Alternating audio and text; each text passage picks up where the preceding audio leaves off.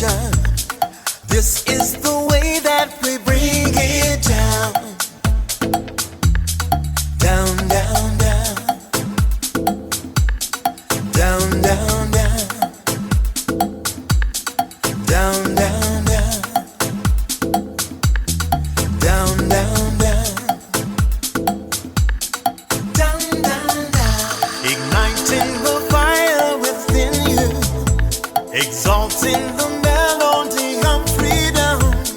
These are the things that will bring it down. Down, down, down.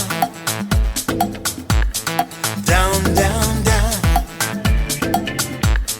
Down, down, down. Down, down, down. Down, down, down. So gather the faithful. Tell everyone to stand and shout loud. Shout loud. Shout loud. Let's bring it down. Let's bring it way down. Let's bring it down. Let's bring it down, down. Let's bring it down. Let's bring it way down. Let's bring it down. Let's bring it down, down. Down, down, down. Let me tell you, it's in the air. Joy is in the air. Love is in the air. Can you feel it? What it feel like? Freedom. What it feel like? Don't sleep on it, brother. You might get left, sister. Can you feel it? What it feel like? Freedom. What it feel like? Justice. No need to be counted, cause I am down. Down, down, down. Down, down, down. Down for the end of racism, for the end of bigotry, cause I am down. For the end of misogyny, that's right. For all the isms out there, just down, down, down. Let's bring it down. Rise up, people. No more foolishness, and let's bring it way down. Riding the river of change into the cries of contrition. This is the way that we bring it down. Down, down, down. Down, down, down. Down, down, down. Down, down, down. Down, down, down. We are the children of Eden, dancing and celebrating freedom. We are the ones that must bring it down. Down, down, down. Down, down, down. Down, down, down. Down, down, down. Down, down, down. So gather the faithful. Tell everyone to stand and shout loud. Shout loud. Shout loud. Let's bring it down. Let's bring it way down. Let's bring it down. Let's bring it down, down. Let's bring it down. Let's bring it way down. Let's bring it down. We've got to bring it down. Down. Stand up and shout. Stand up and shout. Rise together. Accountability starts now. The Eric Dawson Radio Show. Yeah. Rise up. Stand up, shouting loud. If you are not prepared to come to that table and to represent that voice, don't come. Because we don't need any more brown faces that don't want to be a brown voice. We don't need black faces that don't want to be a black voice. We don't need Muslims that don't want to be a Muslim voice. We don't need queers that don't want to be a queer voice. And if you're worried about being marginalized and stereotyped, please don't even show up. Good morning, everybody. Happy Friday. Welcome to the last episode for this week of the Eric Dawson Show. Hey, Diane, there were some people going, last episode? Oh, my God, I'm so glad he's off our back. No. Just for this week. Not that easy. Just for this week, guys and gals. But I got Diana Marie Clements on the line. I've got Vincent Squire hailing from South Jersey. And we got a guest who's going to call in at around 10:15, Demita Joe. She is going to talk to us about credit repair. Because in the middle of all of this, there's still some people who have is it possible to have 200 credit? I don't know. Can you go that low? Yeah. People who have never established credit. Yeah. So she's gonna talk about the importance of it, right? Because some people, I'm sure, are focused on a whole lot of other things, and maybe even making some bad decisions right now that's negatively impacting their credit. And so she'll share that with us. But until she calls in, how you doing, guys? What's going on? Oh, all is good. I'm outside with my flowers. You're outside now? Yeah. Isn't that beautiful? It sure is. That you could just be outside. I should go outside. And not rush. You know what? I'm going to take a picture of my plants leisurely. I'm going to take a picture of my backyard. And tomorrow, actually, send me a picture of your backyard, Diane. And I'm going to post that as my green screen for next week. And then we can both be in your backyard.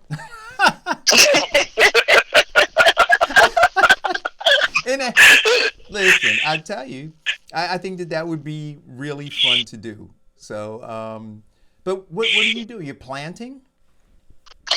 No, I'm getting ready to water my plants. And just, I have some squirrels that's been digging in my pot. So I'm sticking some forks in here to kind of deter them from digging in here. Either trying to retrieve nuts or plant nuts. I don't know what they're doing. Oh, I got a squirrel in the front yard, and he's been doing a job on the front yard, just digging these holes. And then I tried to lure him away from the hole with some tortilla chips, and it didn't work. You tried to bribe a squirrel? I did. I was like, yo. But when I did the tortilla chips, the birds came down from the tree and ate the tortilla chips. And the squirrel just sat there and watched them. And then after they flew off, then he went back to digging in my yard. Oh, yeah. Well, I hate squirrels. They're the worst. They're the worst. I had the best squirrel protector ever. My boxer bull. She hated squirrels. Why do you hate squirrels, guys? Because they tear up your property. They eat off the roof sometimes because if the trees are too close. They burrow inside your gutters. They cost you money. They're like bigger rats. I just hate them. They're like they are rodents. Mice, squirrels. Yeah. Yeah, they're rodents. Well, but wait a minute now. I mean, we do have to understand, right, that we encroached on their space. I don't have to understand anything. What you say? You pay mortgage. I can set traps or I can set some other stuff and let them drop off one by one. But I don't. That's really Diane. Yeah, no, I wouldn't do that because the thought of having to pick up a dead animal is just grosses me out. So that's what it's about. Just the thought of picking up the dead animal, not the killing of it. Not the killing of it. Yeah, no, that's just gross. Yeah, I wouldn't kill it because I wouldn't want to pick it up. Well, my dog, she would kill squirrels, and then you got to chase her around to get it out of her mouth because that pit bull in her wasn't letting it go. So, yeah, I'd rather pick it up than have to chase it and force my dog to let it go. Wow, you guys are cruel. No, I don't. Look, I try to reason with the squirrel. I try to let the squirrel know what it's going to cost me in terms of money and labor to repair the damage that he's done or she's done because I can't tell which sex it is. And then that's it. I don't. So, how does it work being, the only squirrel whisperer in the northern Jersey area? I don't know that I'm the only squirrel whisperer. But I am one. Okay. I am Are they? one. And and I listen. All animals. Diane, did you see the picture of that monstrous spider that was in the house a couple weeks ago? Oh my God, where did that thing come from? And why didn't you kill it? I would have killed it That immediately. thing- How disgusting. That thing. I was like, Yeah. was it really that big? Or It was did you just zoom huge. into that And if picture? you look at it, it almost looked like you could see the eyes, right? Like it had a face. Yeah, Right? that's like a tarantula or something. Yeah. And so I but I've never killed spiders. I You raised never my killed hand when I was a ants? kid. I was mischievous, and I used to blow up ants with cherry bombs. That was Did when I you was ever like 9 scrape years. the lightning stuff out of the lightning bugs? I did that too. But I'm 57 now.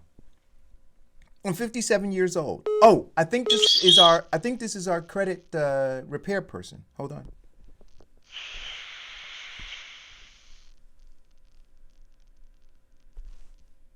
Hello, is this Demeter Joe? Hello? I can't do it. I don't know why. Guys, are you still there? So, I don't know what's wrong with the I gotta call the phone people and find out. Diane and Vincent will call back in. So there's something wrong with that 908-481-5499 number. So I'm not going to answer it. I'm going to ask her to call on my personal number and then see if I can take it in. Are you there, Diane? Yes, I'm listening. Mm-hmm. So I'm going to do that. So bear with me, Yeah. guys. Sure. Because I'm looking forward to this. I got a million questions about repairing your credit. All right. So she's getting my text and she'll call in on the other number. And then Vincent, please call back on my personal cell number. But I forgot what we were talking about. Killing bugs. You So talking anyway, about the killing bugs and that nasty big spider that you yes, decided I not never to kill killed because you spiders. got a heart. And you shouldn't kill spiders. And I'll tell you why in a second. Here's Demeter Joe. Demeter Joe? Hello? Yes, can you hear me? Are you there? Yes, I am. Okay, cool beans. And so Vincent will call in a minute, and then we'll have that conversation. But right now, I'm talking about why I save spiders, Demeter Joe. Why would you do that? Well, because spiders, they are efficient assassins. So they will kill the other bugs that you don't like in your house. So Okay. all the other bugs, the flies, the gnats, the other things, they'll set up little webs, and they'll dispose of them for you. Okay, I never knew that. Yeah, and so I don't kill the spiders. In fact, I also, now this is part of my conspiracy theory, they say spiders are not even from here, like they're from outer space somewhere, right? Along with octopus. So I don't want to bother with them either because they may be extraterrestrial. So I don't want something from outer space coming. Did you see the movie, what was it, Men in Black? Remember where Will Smith stepped on that roach and then that other thing that was climbing up the ladder? Yeah. I don't want that Eric, happening you're to me. crazy. I don't have a gun like that, so I don't want anything like that happening to me. Okay. No, but I don't. I don't kill them, but I did, and then we'll move on to this, to the credit stuff. I did accidentally step on a little blue bird egg the other day Oh. on my lawn, on my front lawn. I can't, Diane, I literally felt empty inside. No, I'm not even, That's terrible. I'm not even joking. I felt horrible. And then Now, there was nothing I could do. what Like, did it look like when you stuck on it? No, don't tell me. yeah, Oh, I that's so gotta tell terrible. you. But I stepped on it, and like in your life, you do some things and you want to, like on your computer, hit Command Z or Control Z to undo it. I wish I could have done that. Oh, that's what that does. Control Z, and that'll undo what you did. Yeah, well, not in real life, only on the No, computer. I'm talking about on your computer. You didn't know that, No, why would I know that? Diane? So when you do There's something, a little button at the top that says that has the reverse thing, and I just click that. yes, Why but would if I you know hit, Control Z does that? but if you hit the control button on your keyboard and the Z, or in Europe they say Z, right? The control Z, it will undo it. Anyway, enough with that. We're wasting Demeter Joe's time talking about nonsensical stuff. Demeter Joe, welcome to the show. Thank you for having me. Hey, no, thank you for coming. So you are gonna talk to us about. Okay. Here, Vincent saying, "Yo, pick the line up." Hold on, Vincent Squire, you there? Yeah. All right. So I got everybody on. So you're gonna talk to us about credit repair, why it's important. I was saying before you called in that so many people right now are focused on a whole lot of different things, right? And they are acting in some cases irrationally in what they're doing, and some of the things they may be doing may be damaging their credit right now. Right? So I'll allow you to open up, introduce yourself, your bona fides, and then let's have the conversation. Okay, my name is Danita Jo Morris, and I'm a financial analyst. And we work with, right now, in the age of the pandemic era and all the things that are going on with the stimulus packages and the extra unemployment money and things of that nature, people really, really need to make wise decisions in reference to their finances. And I have a service that offers those different tools to make things better for them. Realistically, when you don't have good credit, when your credit isn't in order, then you pay much, much more in reference to finance fees and interest and things of that nature. And right now, since everyone is home in their house or whatever, I think it's a good time for them to get all of their business in order, if you will. So with the credit protection plan, we have, first of all, the credit restoration, which is the credit education services, and it can assist you in challenging your credit bureaus to remove inaccurate, obsolete, and erroneous items from your credit report. So you can restore your credit and maximize your financial opportunities. So right now is the best time to do it because everyone is at a standstill pretty much. And you can go ahead and dispute these things and get your credit cleared up so that when we come out of the pandemic, you would be able to, say, buy a house or refinance your vehicle if the payments are too high, things of that nature. So I think that right now it's important for everyone to get their financial situation in order while they're at a standstill. We also have a credit builder, which is you can access your report in an easy to understand way in an online format where you can utilize extensive financial libraries and resources centers to assist you in increasing your financial potential. So with that being said, a lot of us don't sit down and look at what we're worth or how we need to put everything in perspective. It has a financial toolbox. No. First of all, it has also a net worth. You know what the net worths are of celebrities. You could Google that and it could tell you so-and-so is worth so-and-so or whatever, but have you ever thought about your own net worth? You have to discover your net worth by figuring out your assets and your liabilities and using a quick, simple calculation to see where you stand. And that is important. So, Demeter Joe, let's so that people have an understanding of the term. So when you talk about asset and liability and people evaluate them, explain what an asset is and what a liability is. An asset is basically what you bring to the table. And a liability is what you give out. So Let me see. It's basically what you're taking in and what you're putting out. So assets would be considered your wealth stream or the money or income that you're making on the moment. Yeah. Property, business, things of that nature. Property that's unencumbered would be considered an asset, or yes. Okay.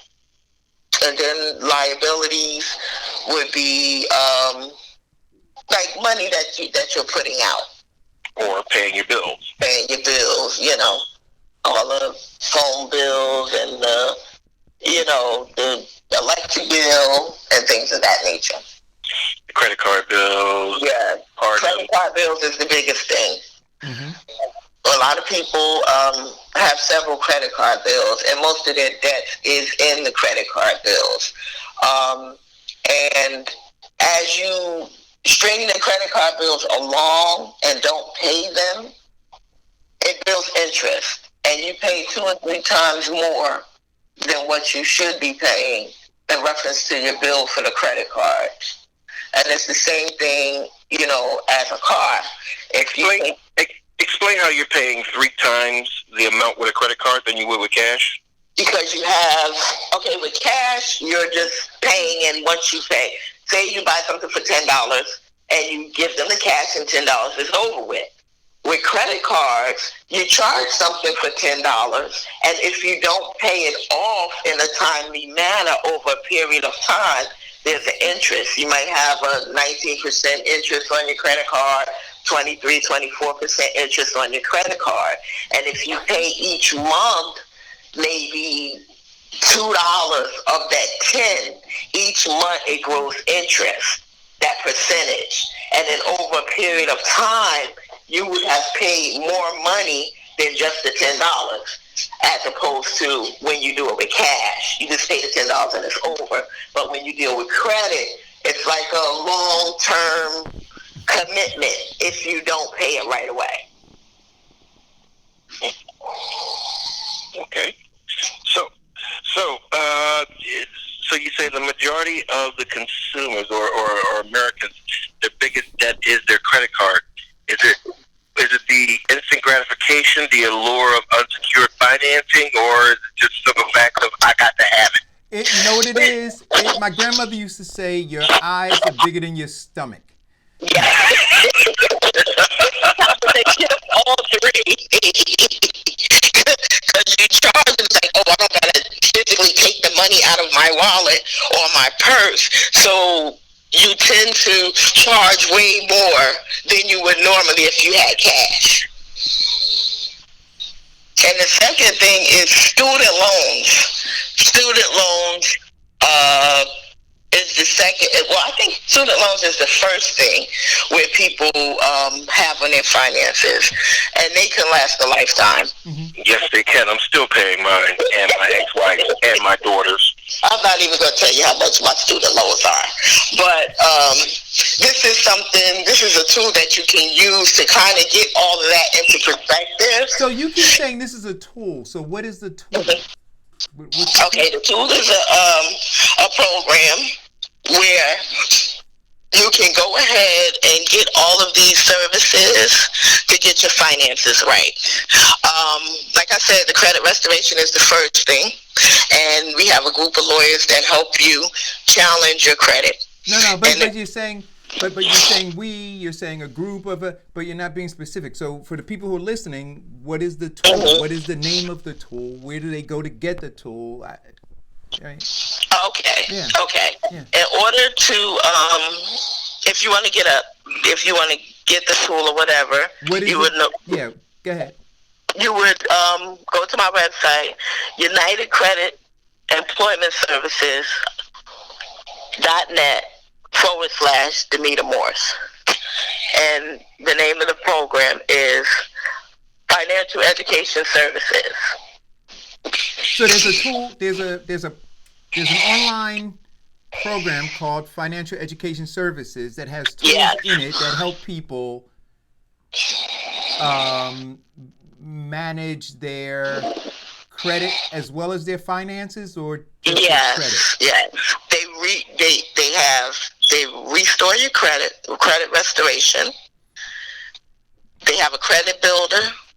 You have access to credit attorneys in case you have something on your credit report that's inactive. So when you say credit builder, so again, I'm just going to try to slow you down because I need you to understand that the terms that you're using, they may be familiar to you in your industry, but to people who are listening, they might not understand them, right? So when you say credit builder, what do you mean? Building up your credit. Online formats that help you get like credit cards and different things to build up your credit. When we have bad credit or low credit scores and we get things situated, we get things fixed or whatever, get it in the right perspective. Once that's done, then you're going to have no credit.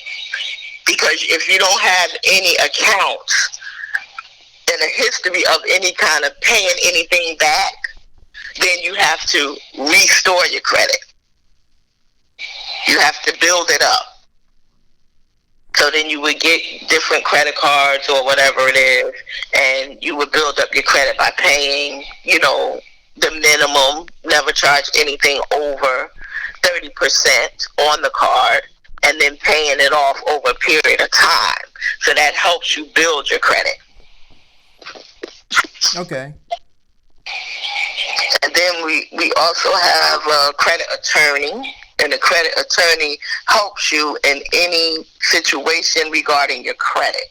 Like if creditors are calling, harassing you or whatever, and if any event you would have to sue a credit card company for reporting incorrectly on your credit, then you could utilize them. One of the biggest things that I like about the tools is the debt payoff, where you could create a plan to pay off your debt. It's like you put it in a database, and it can help you gauge on how you can pay off. Like if you think, it's a $10,000 credit card that you have, and you really can't get a hold on how you need to pay it off. It can help you and show you how you can really pay that credit card off, if that's what you want to do. It also has credit monitoring, where it monitors your credit report and to make sure that no one is using your credit. You're not on a dark web where that's where hackers have all your information and can be able to do whatever miscellaneous things that they want to do or mischievous things that they want to do with your credit. We also offer a financial lockbox, and that's a roadmap to your financial contacts and information in one location via online. So you will put your will and trust, your insurance policies, your bank account information, and a lockbox. And it's like a password holder, where it holds all your important information, so that whomever is your beneficiary or your power of attorney, they can have access to that, as opposed to trying to find physical paperwork, if something was to happen to you. Got it. And another tool is super big is your will and trust. And these times, the way things are going, a lot of people don't sit down and do their will and trust. And that's something that everyone should have, so that if they pass on, God forbid, everybody's going to pass on one day, their family members, their children, their husband, their wife, their parents would know what it is they want them to do in reference to, burial or who gets what and everything. It won't be no question about that. And that's it. That's all of the services that we have with financial education services. Okay, so here's the thing. So those are the services that you have. But so if I were to, in a very practical sense, I walk into your office, so I call you on the phone, and I have a credit score of 450. What do you tell me? Like, walk me through in a very practical way where we start and what I could hope to do, and then what the time frame in which I can hope to do it would be. Okay, we would we would sign you up for the program for the FEC services, which is $89 a month. I would ask you to at least give it 30. Now, $89 a month, is that comparable to other services that exist out there? Yes, it's lower than all the other services that exist out there. It's no contract. It's no commitment. Right. It's at your leisure, you know. And once you pay the services, our team of attorneys will pull your all 3 credit reports, and they will conduct a letter. They would come up with a letter to Experian, Equifax, and TransUnion. Now, they will dispute all of the things incorrectly on your credit report and send you this letter. You sign it, send proof of that is you, your ID. Wait a minute. So I want to slow down for a second. You said today we dispute things that are inaccurate on your credit report. That's assuming that I have inaccurate things, right? Yes. Because I may not have inaccurate things. I may just have a credit score of 450 with no inaccurate things. So I want to play both scenarios. So one scenario I have inaccurate things. The other scenario I don't have inaccurate things. Okay, let me back up. Yeah. Let me say with inaccurate things. For instance, this is my experience now. I signed up with the program. I didn't think I had too many things to dispute. Say I had 2 credit cards. I knew they were mine. There's no reason to dispute them. I should just pay them. I signed up for the program. I had a credit card on my credit that was paid on time, 0 balance. But the inaccuracy of that particular credit card was that they were saying that I was 60 and 90 days late 2 years ago.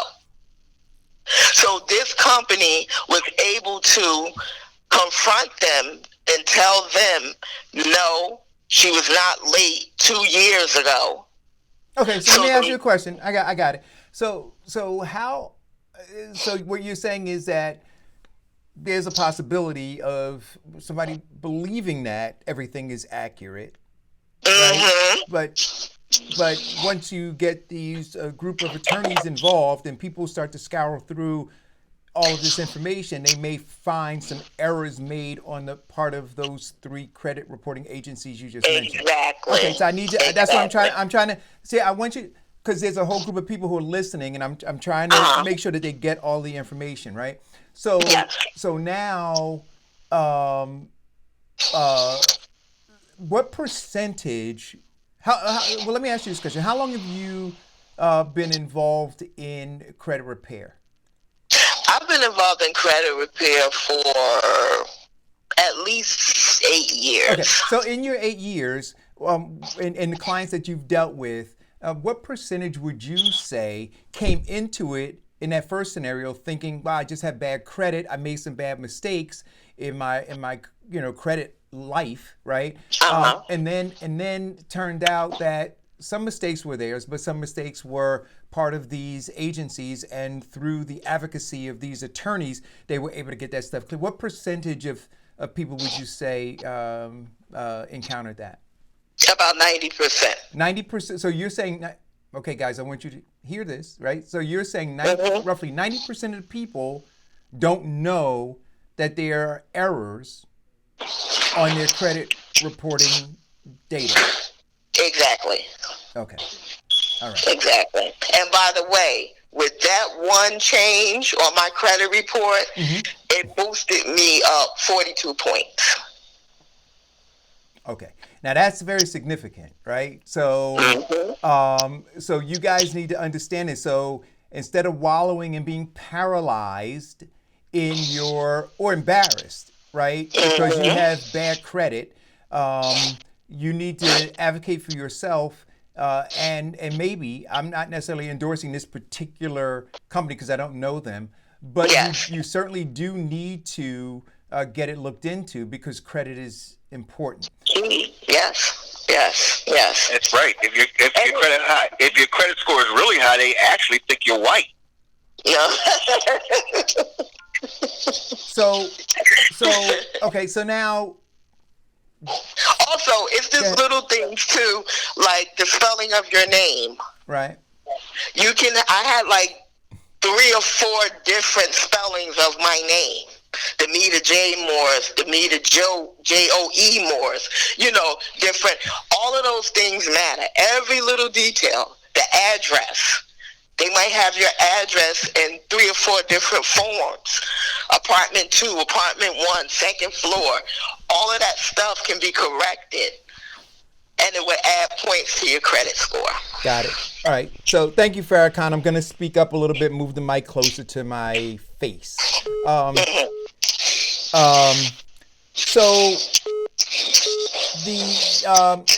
can you so outside of those different things, what other kinds of things, Demeter Joe, could lead somebody down the road to having a bad credit score? Being an authorized user on someone else's account. People tend to get confused with authorized user and co-signer. Co-signer makes you responsible for the debt if the person doesn't pay. But an authorized user is like giving you permission to use that credit line. However, it reports onto your credit report. Mm-hmm. And if the person doesn't do it correctly or doesn't take care of their bill, it also reflects on your credit report. Got it. So, I don't know where the background noise is, but please mute your mic.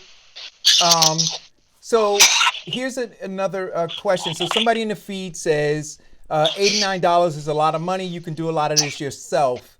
And there may be some things that people can do, maybe all of it themselves. What would be the advantage to using a firm or a tool like yours as opposed to a novice going and doing it themselves? Doing everything separately will cost you way more than $89 a month. A credit attorney, for instance, will cost you way more starting at like maybe $1,200. Now, do you need a credit attorney? Huh? Is a credit attorney mandatory?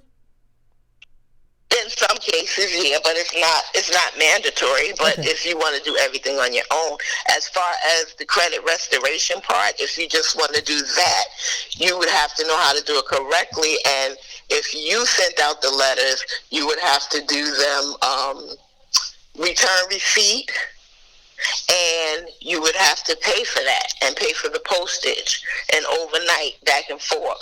So it can get very costly. So you mean doing it myself? I'm doing it wrong if I just get like a rush card and pay it off in 3 months? Yeah, because if you pay what off in 3 months? If I get like a rush card, pay into the rush card, buy something, and then do 3 months of payments. It depends on what you're trying to do. You're trying to build credit. What are you trying to do? Build and repair. Okay, so you're trying to build and repair. Yes. It depends on what's on your report. It depends on what are you trying, are you trying to get your points up? Are you trying to reestablish? I want to get my points up. I want to be in the 800 category. I want people to be shocked that I'm black when I walk in the door. Well, I don't know if rush cards report to your credit report, so you would have to look into that first of all in order to build your credit, because some prepaids don't report to your credit. So let me ask you a question. I've had it for years and many transactions on it, and they never once reported, to my credit reports. Demeter Joe, does your phone bill, utility bills, rent, does that report to your credit? It doesn't report to your credit unless it goes bad. Your phone bill, utility bills, unless you go into collections with them, then they put it on your credit report. But we also have a tool where you can, some time ago, Experian, I believe it is, started doing like Boost. It's called Booster Credit, where you can get, they can be put on your credit report as a trade line. 20 points. Yeah, and with our program, we can put your rent, we could credit your rent on your report. So that would be as a trade line. Say you staying somewhere for 5 years paying these people rent, and it never was accounted for. So that can be added as a trade line. So, can increasing your credit increase your wealth or net worth? Yeah. Yeah, what you said, I didn't hear you. Sorry. Okay. Can increasing your credit score, can that also increase your net worth or your wealth? I believe so, yes. How? Because you have more leverage. More leverage to get things that you need, more leverage to, of course, get lower interest rates on whatever it is you want. So you say it takes money to make money. Exactly. And if you ain't got the money, you got good credit, so you can borrow the money. Exactly. All right. Okay. So again, And then good credit alleviates all of the down payments. And nowadays, I know in Georgia, credit is a big thing just to get an apartment. Not only do you have to have the numbers, but you can't have evictions or judgments or utility bills or anything of that nature on your credit. So when you have all those things on your credit, they deny you for getting an apartment, or they make you pay 2 times the rent as a security deposit. right. So you paying $5,000 to $6,000 to move into a 2-bedroom apartment. Because you have bad credit. Exactly. So again, during this time when people are home, we're trying to give them constructive things to do, right? In some cases, wealth building things to do. Yeah. And so, on Tuesdays we have Deidre Viney on, and we talk about how folks could be working on their resumes. They could be working with Diana's daughter from Resume. Diane, what is it? Resume. Oh my gosh, what's the name of her company? Resume Taylor. Thank you. I'm getting old. Resume Taylor. And so they could work with Diana and her company, Resume Taylor, to buff up and polish their resume or completely overhaul it. We've gotten nice tips and tools from Deidre Viney in respect to prepping for job interviews, prepping for an emerging industry coming out of COVID-19. And now, we have Demeter Joe who's saying, you know what, turn TV off. Well, I said turn the TV off, but turn the TV off, right? And spend some time looking at your credit and figuring out how to repair it. Again, Demeter Joe represents one company that does it. The name of the company again, Demeter? Financial Education Services. Financial Education Services, and it can be found where? Let me get a website. It's myfes.net/D as in David Morse, MORSE. Okay, and so you could find it there. You can find the tools there. Do you guys offer, prior to people logging in and signing in for the tools, is there any free consultation that you offer to get people? Yes, if they want a consultation, they can give me a call. Okay, and how do they do that, Demeter Joe? My number is 310-866-5779. One more time. 310-866-5779. All right, guys, listen. What's startling to me is the statistic that she gave that says that 90% of the credit reports have errors that are detrimental to your total credit score. And so for no other reason, you should be combing through that to make sure that it's accurate. Now, whether you have the acumen to do it yourself or whether you believe you need to hire a professional to do it to make sure that it's done correctly, you need to figure that out because your credit is a wealth building tool. And to leave it as it is makes no sense, especially if you have time to do it. You know, you should go ahead and do it. And then Demetra Joe said that you can give her a call and she'll give you a free consultation. What's startling is that, you know, you didn't get a lot of callers when she talked about being a co-signer and being a permissive user. Yes. Well, you know, part of the challenge with calls, and I apologize again, you know, when I ended the show yesterday, I had no problem with people calling in that number. I was testing it, but for some reason, it is because the call from my personal phone and the one coming from the other Vincent are coming through the same phone. And I guess when I'm on this line, it's crossing over. So I'll call the company again and see if I can figure it out. Yeah, because it's incredible. I've heard of a few of my friends and their women talking about, you know, letting somebody be an authorized user of their credit, and they just wreck their credit. So that's something that you really need to be careful with. Yeah, you got to be careful with it. And then the other thing, well, yeah, you got to be careful with it. Co-signing too. Co-signing? Oh, yeah. Yeah, that's why I'm paying my ex-wife and my daughter's student loans. You know, got to be careful with it all. And again, look, I see, you know, folks are saying in the thread, Demetra Joe, that that $89 sounds expensive.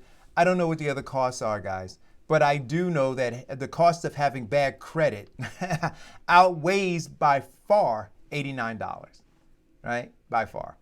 So, Demetra Joe, if there's anything else that you want to say in this segment, you know. No, I think all has been said. Okay. And like I said, my journey with credit has been like 8 years. I mean, I've helped other people fix their credit. Plenty of times I done fixed mine a couple of times. Okay. So, you know, I think it's a really good tool. Excellent. Well, listen, I thank you for calling in and sharing the information. Guys, please take her up on her offer for a free consultation, and maybe what you hear from her will lead you down the path to repairing your credit. Demetra Joe, thank you so much for calling in. Enjoy your weekend. You do the same. Thank you. Bye-bye. Bye. So, Vincent, yeah, man, credit is important, you know, and you know, people, it's underrated by the financially illiterate, right? You know, they don't understand the value of it, the importance of it. And that's why I think so many people just carelessly disregard it. Yeah, and it's used improperly by the financial illiterate too. I mean, they just think of it as instant gratification. Let me get that new PlayStation. Let me get those new Jordans, and let me get that Maserati. And they don't realize how much they're actually putting themselves at peril, you know, for future events. Hey, Vincent, let me ask you a question. What do you think about, you know, because I'm reading the comments and people say, you know, try it yourself, do it yourself. If I were on trial, right, I could certainly represent myself, but there's a saying, right, about those who seek to represent themselves. Yeah, he has a fool for a client and a jackass as an attorney. Exactly. And so my question to you is this. Would you say the same would be true if you were working to try to repair your credit? I'd have to agree, and it's really hard for me to agree with you, Eric, on that point, because I'm a do-it-yourself kind of guy. Mm-hmm.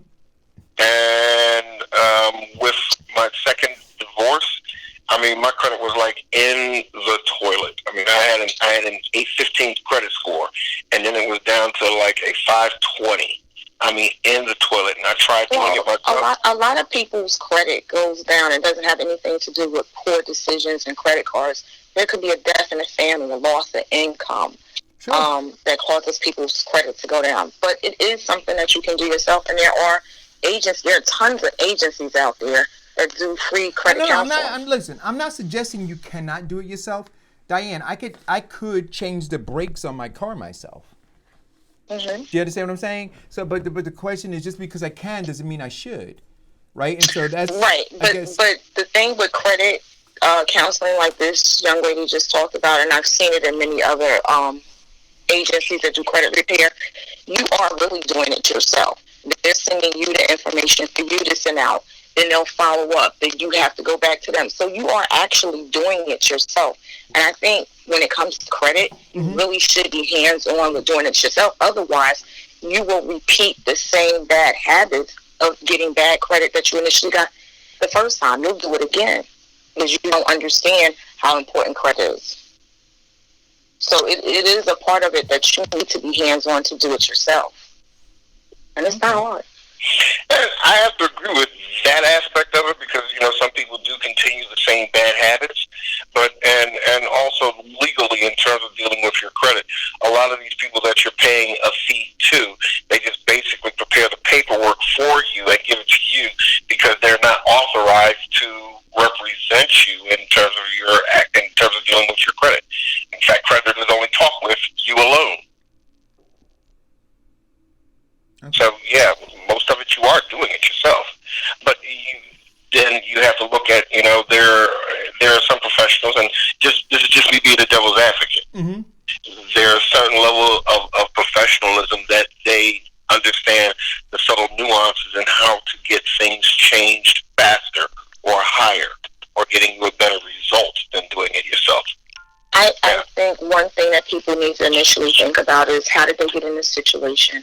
How important credit is and why do you need it?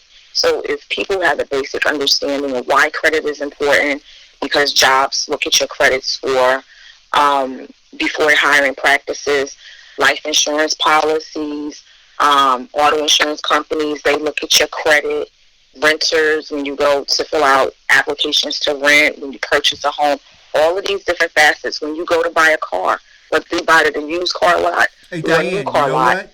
they all look at your stuff. You know what else looks at your loans. credit? Prospective father-in-laws. I'm looking at your credit. You want to marry my daughter? I want to see your credit score. So, listen. Don't come knocking at the door with a 400 or even a 500 or I might shoot you with the rifle I'm about to buy. Listen. So what's a good credit score to be your potential son-in-law? You need at least 700 or better. 650. You know what? Yeah, that's what I was gonna say. 650 to get it. That's to what I get was gonna say. If you had 650, but you got a plan, right? I could work with you. See, I'm not gonna 650 and a plan, right? Because things happen, right? And according to Demeter Joe, 90% of the people, there's a mistake on their credit. So I'm gonna say, okay, you got 650, so we go check that out. We're probably, and like she said, that one thing cleaned hers up and got her 42 points. So that 650 could become a 690. I ain't gonna be bitching on this one, but yeah, okay. Yeah, I know better. About I know what? the percentages of each part of what percentage belongs to your credit. Whether it's installment payments, whether it's because of longevity. No. There's a whole bunch of aspects into that. So we ain't clearing up one thing. Vincent, wait, no. You know, I know. You ain't clearing one thing. 40 point jump. So can we all agree that when she said she got 40 points, everybody went, mm-hmm. Look, you know what? I don't know. look until. In this case, I don't know her. Trust but verify, right? I don't have an No, opportunity to verify. I'm with Diane on this one, bro. I'm sorry. But I don't And know. you know, Eric, I don't say very much about people Look, and I don't- look, but I've I'm done not financial gonna- planning for many years. So have I. I was a president of a credit union, and I'm pretty sure I ain't seen that happen. So let me ask you a question. What is Vincent, And look, Vincent, unless you buy in trade lines, that's not happening. And then I'd have to explain to the basic people what a trade line is. So we know that ain't happening. That ain't Clearing up something now. Nah, I don't think so. Right. I'm with her on that one, Eric. What you got? No, yeah, I don't know. I'm gonna reserve my vote in the jury box for that. But Victor, I'm gonna need you to move your. I know you got it connected to your face, but yeah, just a little bit. Thanks. So, look, take care of your credit. Next subject. Yeah, take care of your credit. Yeah, There were absolutely. Pay attention. There were a couple. Oh, you know what? Do you think, and I wanted to talk about this yesterday, but we didn't get a chance to. Donald Trump and his whole mask thing. I understand it. You know, like people are getting on him for, like I understand both sides of it. People are getting on him for not wearing a mask, but they would get on him if he wore a mask. And I think that at the end of the day, because he's in election mode right now. Election day is in November, right? So he's looking, and I posted the day before yesterday, the picture. Remember Mike Dukakis with the helmet on and how foolish he looked? That cost him the election. Having that helmet on cost him the election. Just like Howard Dean screaming like a wild banshee cost him the election. So there are little things that can cost you an election. And I'm watching this chess game go, and they kind of got Donald Trump in a fork move, right? Because he's damned if he does, and he's damned if he doesn't. At least by by those who want to damn him. I gotta be honest with you. If I was just straight up politician, and I was running for president of the United States, understanding how presidents have taken an L because they've, wore a helmet or did something, I wouldn't wear the mask either. I just wouldn't. Because, can you imagine the political cartoons that'll come out? Well, he actually got filmed, or a photograph of him yesterday. He had the mask on behind the stage, but some camera person took the photo. But no, they snuck that photo and somebody put it on their Twitter. That's absolutely right. He requested not to be filmed with a mask on. That's right. By the press. That's right. And they did it anyway. And look, and we just got to be honest about it, right? They did it because they want to, they see an opportunity to disparage him wearing a mask. And so I can't wait to until Sunday New York Times cartoon. I'm sure you'll see, a mask, and then they'll probably start putting writing on the mask and all that other kind of stuff.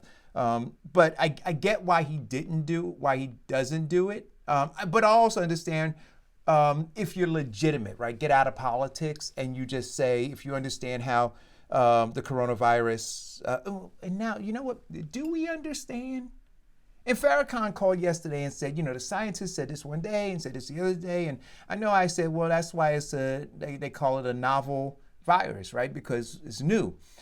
But, I was listening to the news this morning, and they were talking about joggers jogging and whether you should, if you're jogging by yourself or if you're casually walking past somebody, whether you should have a mask on or not, versus if you're standing and having a conversation with somebody and, for a longer period of time, that the virus has a greater propensity to travel as opposed to the other way. And I'm like, literally, I was in my kitchen dizzy this morning with some new information or some, caution. Right? Just be cautious about it, right? And, look, I'm erring on the side of extreme caution. But I do. I get why he doesn't have it on. I get why people are bitching that he should have it on. You guys want to weigh in on that or no? People follow what people do, and he's the leader, and people will follow him. So if that's the message that he wants to send out, they are receiving it. Well, do you know what? Yes, I agree. Well, I agree with Diane. You know what though? And the whole problem that we're having right now is a simple fact of bad leadership. Now he wants to be the example of the perfect leader and appear to be impervious with everybody in his own cabinet having this virus, that he could just go around and have without a mask, right. And then you know what, though? tell I'm people not even gonna, that taking this drug prevents them from. You know what? Come though? on. But look, this is what I'm gonna say. If Donald Trump cut his hair bald, is everybody gonna go cut their hair bald? If Donald Trump, well, they may. Some of his people may. But though, then you got to wonder if, I was gonna say, if Donald Trump jumped off the bridge, would they? And they might too, right? And that might be a good thing for all of us. I don't know. But yeah, they have a whole Donald Trump bridge jumping day. Yeah, but I think that people have to be held accountable for some of the stuff they do themselves. You can't put everything on, and you got to recognize that he's the president of the United States. So and he has a platform, and he's using his platform for evil, not good. It would be the same if you were talking about a sports athlete and how they use their platform and how they're role models. He's the same way. He's no different. Yeah. And that's true. That's the big thing about, him pushing this drug that has no effect on the actual virus, and telling people that that's the reason that he doesn't have to wear a mask, because this drug keeps him safe from it, which is a total lie. He's got a platform that should be used for good. He should be pointing people in the right direction to keep them safe, to keep them healthy, not use his platform so that he could get a couple more coins before he gets voted out of office. But don't they all do that though?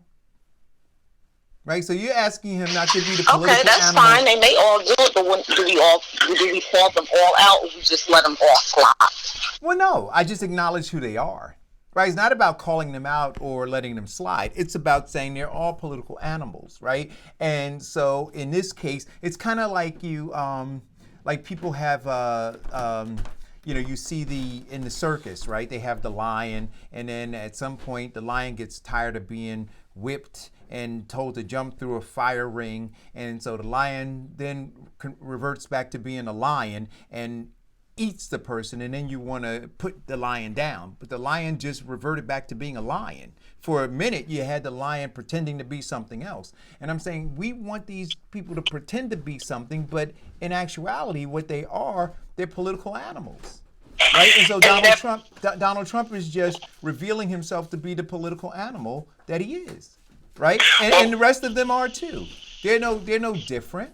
And right now, though, they're jumping through some hoops and trying to convince us that somehow they care about us, which is why they're talking about Donald Trump. But the fact of the matter is, they're still the same ugly political animals that he is. He's just uglier right now, right? He's revealing his teeth. You see, they've been able to conceal theirs. So somehow we find them to be more palatable. That's all I'm saying. But they're all political animals.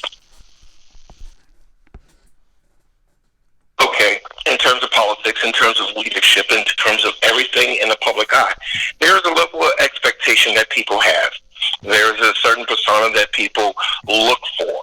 There's a specific language or dialect and a level of communication that people have come to recognize with being the most powerful man in the known but free here's world. the question, Let me finish, Eric. Go Let ahead. me finish. Now, when Donald Trump came into office saying that I'm going to break the mold, I'm not an insider, I'm not this, I'm not that, and I'm going to make changes. Right. And people drunk that Kool-Aid, and they still believe that this level of leadership and whatever he says is truly golden. Why do you think that, this drug now has increased sales in Brazil? I get all of that, right? I get it all. But what I'm saying to you is this. So the smooth talking or silver-tongued politician, right, hasn't gotten us anywhere better, right? So whether we became accustomed to the slick talker Or now we're offended by the abrasive what word would I use? Crass individual who's there now. Our circumstances really are not different. Listen, I was. But Eric, listening to you just ran off a list of people who were running for office who did not fit into that quote-unquote leadership mode. From the man who wore the helmet driving the tank to the man who was doing his political campaign speech and broke into got excited and started screaming. The only thing this is what I'm going to say to you. The only thing they did was they slipped up and they allowed people to see who they really are, right? The other ones, they are who they are. They're just able to wear this carefully fitted veil that doesn't come off. But at the end of the day, underneath, they're still all political animals. Look, I was listening today, and we talked about this. There's I can't remember who did the study, but there's a study out now that says that 35,000 fewer deaths would have occurred had Governor Cuomo, Governor Murphy, and some others done some things differently. 35,000 at least. So I read that. In fact, I even saw it on 2 different news feeds yesterday. Right. In fact, they said that we would have, at the point where they were saying 35,000 for governors, they were saying that we would have had roughly 120,000 fewer cases at that exact same time if the president had moved quicker. But again, see, but I'm not disputing that piece. We've already concluded the president. Right? I want to stay on this other stat that's out now that says 35,000, at least 35,000 fewer deaths if the governors had done something different. So again, I don't want to go through this thing again, Vincent. We acknowledge the president. What you refuse to pay attention to is the governors or the mayors. And that's what, and so I'm saying, it's not that I refuse to pay attention to. Well, then I was talking about the governors, and then you went back to the president. But I'm talking about the governors now. Yes, and I understand that the governors do have a level of culpability. No, you're right. A huge level. And so what I'm saying is this: at the end of the day, if you listen to Cuomo, right? Cuomo just hit the ping pong ball across the net to the other side. Talking about the federal government. And I'm saying, so inasmuch, because they're all political animals, which was my whole point. So now Cuomo, who was silver-tongued for all of those days with these elongated conversations about the coronavirus and pushing blame. Well, now, and saying that, it needs to, we need to take accountability, be accountable, well, okay, let's take accountability. Let's take responsibility for your piece of it. Let's say where you weren't perfect and where deaths occurred. And so when I look at them all, and that's why I keep imploring people over and over and over again, look at them all. They're all political animals with one goal in mind. That's it. So, like I said, I understand because he is a political animal, why he doesn't wear the mask. I get why he should from a medical standpoint. I'm saying if I were in his shoes, I don't know that I would, being a pure political animal. Like, it's hard for me to put myself in his shoes because I'm not a pure political animal. But if I were, I'd be making calculations solely on getting reelected. And the calculation would be, don't put a mask on. Because there'll be more fun made of you having the mask on. You'd be more fodder for all of those who, want to see you fall off a cliff, right? Than to take the position of, moving the economy, moving the country forward. And speaking of moving the country forward, Donald Trump said, what'd he say? He said, irrespective of whether or not there's a second wave, we ain't closing nothing down again. That's scary. That's bullcrap. See, he didn't close anything down. That's why he has a problem with the time frame in which the governors are opening things up. Mm-hmm. And I think that right now the governors have already had enough of that Kool-Aid, where in the event that it starts to flare up, they're shutting down. Nobody's dealing with this. Do you know that the projected numbers that they said that everybody said was crazy when they projected over 100,000 deaths in the United States? Do you know that projected number that they said was unbelievable and won't happen? You know how close we are? We are 5,000 away from those models. Wait a minute, from which number? The first number when Dr. Fauci got up there and he did the model and he said that if we do not move now, we will have 1.7 million cases and over 100,000 deaths in the United States. Well, no, the number that I think the number that we came out with first was over. We said between 100 and some and 200 and some thousand. And I think Donald Trump said that that he would consider to be successful if we were at 100,000 or just below. No, Donald Trump was saying that we got 15 going on 0. He said that in the beginning, but then see, I want to be fair, whether I agree with him or not. That when he came back, he corrected that and said that we would be fortunate if we were at 100,000 or below. Okay, well, we're about to hit 100,000 probably by the end of the war. But what I want to do is be accurate, right? Because he did say the other piece. So and people are going to have their opinions about him. But whatever the opinion is about him or anybody else, I just put all the information out. That's all I'm saying. Mm-hmm. Okay. Oh, no worries. Right. I mean, I've been following the models and everything, and even the model changed where they reduced it. So now here's the interesting thing about and I said this before, right? And I think that because look, it is a chess game for sure that's taking place right now. And so when Donald Trump says we're not shutting the country down again, I agree with you, Vincent. He doesn't have the power to shut the states down. It's the governors. So, but when he stands up for those people who don't understand civics and says, we're not going to shut it down again. That's my position, right? Because he now sees 39 million filed for unemployment now. I think we're at that number now. And people are hurting. People are trying to get back to work. Some are trying to staying home out of caution and other reasons too. We talked about that yesterday. But now there's going to be this battle. The battle lines are now drawn. Because when the second wave hits, and it's coming, when it hits, he won't be attached to the shutting down, which equals the financial pain and misery.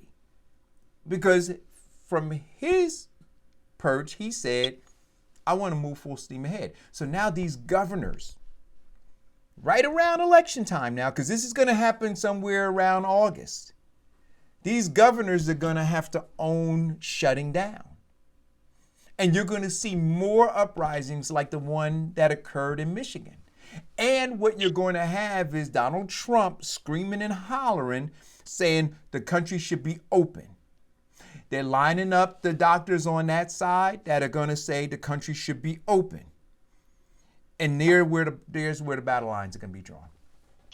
Well, I think we're going to also maybe run into a few governors who won't have that level of tolerance like the governor had in Michigan and just basically pull out the National Guard and say, okay, let me show you some real people who know how to operate weapons. Oh, no, I don't doubt that all of that's going to happen. But now, again, so when we talk about civil liberties, when we talk about trampling on our constitutional rights, all I'm saying is it is going to flare up into this civil war just before election time. That's all I'm saying. I think that right now, in terms of just because we are gaining into 6 months before the next election, we're actually hitting the primary next month in terms of New Jersey, and then we're going into the general election. In terms of Donald Trump, it's over. And it's gotten to the point where now he's not campaigning against Biden. He's campaigning against Obama. But the polls don't say it's over. But say that again. You broke up. I said the polls don't say it's over. I'm not talking about that national poll. I'm talking about. What are you talking about? Fox News, which is the pro-Trump channel, just did a poll and found Trump behind 7 points. Where? That came on last night. No. 7 points where? 7 points behind Biden. A national poll? Yeah. Yeah, I'm not talking about national polls. Okay, but election for president is a No. election. They're battle state polls. Mm-hmm. Okay, so it may be possible that Joe Biden may be Hillary Clinton all over again, and an Al Gore win the popular vote but lose the electoral college. I don't think that that's going to happen this year. I think that everybody is going to come out, and I think those people of color who chose not to vote last year will vote this year. Let me ask you. Speaking of that, I asked a question on my page today about the college graduates. Right? Bernie Sanders believed that he could mobilize them to go to the polls and vote, because they are some of the most affected right now by a lot of these policies. We had the woman, Demita Joe, on earlier talking about credit, right? To student loan debt, all of these different things. These young people are affected, impacted by it. But they didn't show up at the polls to vote for the guy who was most vocal about those policies that adversely affect that group of people. As we move into these primaries and then ultimately into the general election, where do you believe these college graduates are going to be? Because right now, they are, we could talk about the various groups that are impacted by this pandemic, but most certainly, these young people who now have finished their college education, they were deprived of graduation, right? So that's gonna stay with them. But the industries are now shifting. There's a tremendous amount of uncertainty. They're now carrying a tremendous amount of student loan debt with them. The job market, like I said, is uncertain. And they now have to realize, because they're not stupid, right? I don't think. They just got a degree. They have to realize that this entire government doesn't have a plan for them. So where do you think that they're going to be in the primaries and in the general election? They're going to be still living in their parents' basement. On a full-time? Because they all unemployed. On If they did not get a job before graduation, they're unemployed. And they're not paying attention to this. Eric, no. Well, I've also seen some other things and talking to some college grads too. What I find is this. Eric, yesterday, when we talked about what's going to be needed to make the positive change and that down ballot that you discussed, but the one thing that really stuck in my mind that you said yesterday is that people are going to have courage. Right now, there's a group, those college people are the ones who have the courage. They've made some mistakes. They have matured. They have sat silently in the weights of seeing things like the overindulgence in corporations into our politics and the results of that, like our pollution, our level of crime, corporate and business crime running amok, our high tuition bills for colleges that get government subsidies and your tax dollars pay for, our misuse of being the most powerful nation and people having to pay over-exorbitant prices for medical. These are the people who are right now looking to make that change with that courage to say that, you know what, I don't like where it's going, I know the system, and I'm voting against the system. That's what Bernie Sanders has tapped into. The only reason that the millennials and young people just graduating and those up to maybe 30 are paying attention to the election is every time that they say, rid us of student loan debt. That's the only time they're paying attention. So whatever person and candidate said it at that time was who they were focused on. Now that conversation has changed to, it's never going to be eliminated. Let's try to reduce it. Let's try to do these different things. They're not tuning into that stuff anymore because they have stopped focusing on that. And now they're focusing on Trump or Biden. They're not focusing on anything else. I don't think for those who are paying attention. I'm saying they're not focusing. I don't believe they're focusing on Trump or Biden. I think they're done. Like you said, Diane, they're in the base. They're living their best life at home, right? You know, maybe through this, I think with the pandemic, there has been some relief granted in terms of their student loans, as far as when they have to start paying them, right? That may have happened for them, and then, you know, if it did, that's cool. But I was I had a total different mindset when I graduated college. I graduated college fearless. I wanted to take on the world. I wanted to hurry up and make my first million. I wanted to write that great book. I wanted to travel and see the world. I wanted to make a change in society. Not me. I just wanted to graduate. I was just so happy to graduate. Didn't have all of that in my mind at all. Just wanted to graduate. Yeah. Yeah. You mean I was the only one who graduated? Like, after that graduation speech, felt fired up. Like, yes, we are ready to take over the world. Nah, I told them to mail me my diploma. I didn't even fill up and graduate. Mail it to me. I'm good. You got plenty of money out of me. Hey, Vincent, do you remember who your commencement speaker was? Yes. Former governor of New Jersey, Keene. Oh, okay. Yeah, he's a good speaker. He was a great speaker. Yeah, he was a good. And it was all in that, it was all in that, party of Lincoln Republican, not all about corporations. It was all in that government and how we were designed to change to help the common man. But it was also in that, expressing that he grew up as one of those 60s babies, the flower power, and how we need to come together, the youth come together to change the world, to change it for better. It was all in that, to build a better world, you're going to have to be the heroes that you need. You're going to have the courage to stand up, speak truth to power, and never back down from injustices. Yeah, he was a great speaker. Yeah, and, it motivated me to want to make changes and to go into public office at one point in time. And yes, I still believe in that principle that, there's a lot of crap going on in our country, but we still live in the best country. And the reason that I believe we're in the best country is that we have the power to change it.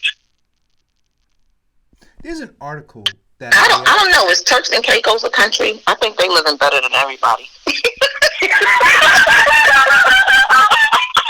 Blue waters. Are you still outside, Diane? Put a mask on. Put the mask on and watch the blue waters.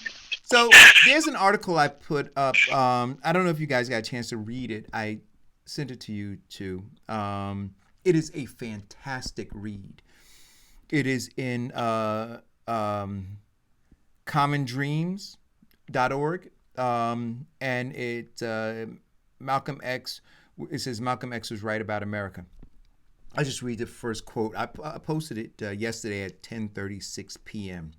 But this was a quote out of it. It says, "It is impossible for capitalism to survive primarily because the system of capitalism needs some blood to suck," Malcolm said.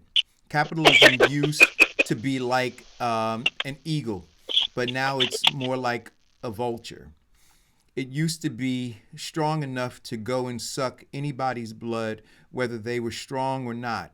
But now it has become more cowardly, like the vulture, and it can only suck the blood of the helpless. As the nations of the world free themselves, then capitalism has less victims, less to suck, and it becomes weaker and weaker. It's only a matter of time, in my opinion, before it will collapse completely." That's what Malcolm said.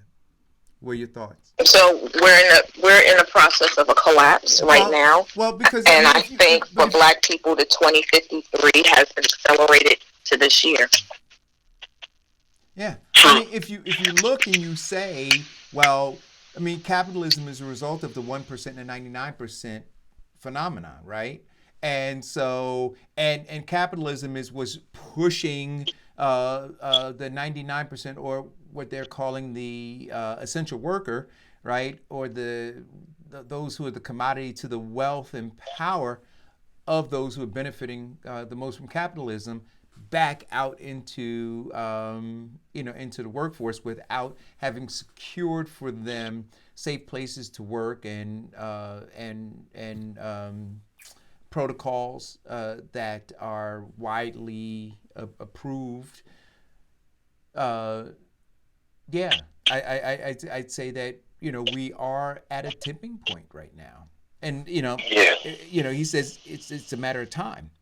That now they're just sucking, literally, they're sucking the blood out of people who have almost no more blood left in them. Well, I agree with Malcolm X, but the simple fact is that they've been sucking the blood out of people since generations, since the Industrial Revolution, where we, once again, and that's what the millennials look at, we give too much praise and accolades to the capitalists, the industrialists, the people who are stepping on everybody so that they can be rich and exorbitantly rich. The people who, and I mean, even looking at that produces the other attitude, like the people who are scratching, crawling, lying, stealing, and killing, just to become middle management.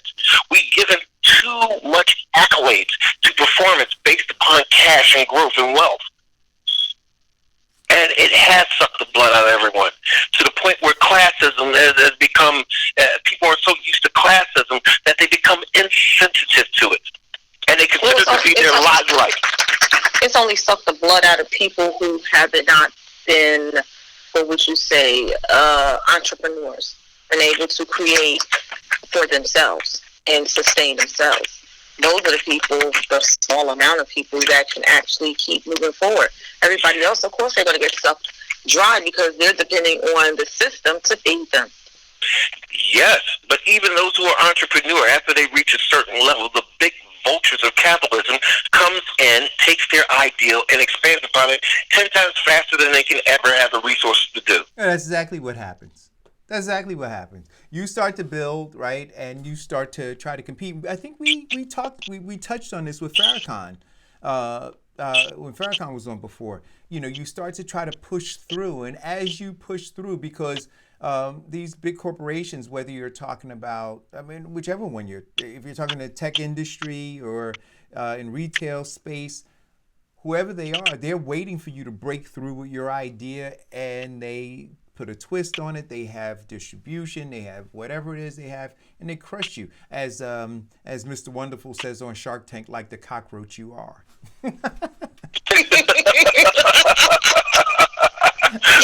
Listen, I love Shark Tank. And you know what? One thing that I want to do, and I know you guys always say don't give away ideas. There should be something like that. And I actually had the conversation with one of the nonprofits in the community about creating something very similar to Shark Tank, and said, this is how you can get great ideas about programs and other kinds of things. And then, people would present their ideas to you because you have the brand, you have the, you've been in the community as a cornerstone organization, right?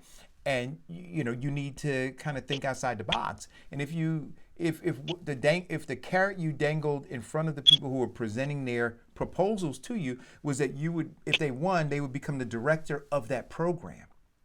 You see what I'm saying? They have similar things like that now. Yeah. These various think tank type things where you can bring pitch your ideas and get funding and stuff. Where? You tell me. I'm gonna tell you in one sec. I'm gonna tell you because they have several of them. Hold on, I'm gonna tell you right now. Somewhere near me. I'm gonna tell you. Would you hold your horse? I'm holding on, Diane. I know he's like a kid at Christmas Eve right now, Diane. I'm mad at myself right now. Actually, I'm just. Anyway, while Diana's figuring that out, I want to ask you a question because we can walk and chew gum at the same time. We talked about this on the show a little bit before. I posted a couple of things to get some responses from people. I heard them talking about. Actually, I heard it was Mayor Ras Baraka who said it. He popped up on my Google headline news stuff today. That as businesses are opening and they're saying that they're offering sidewalk or curbside service, like we talked about yesterday, the restaurants curbside, right?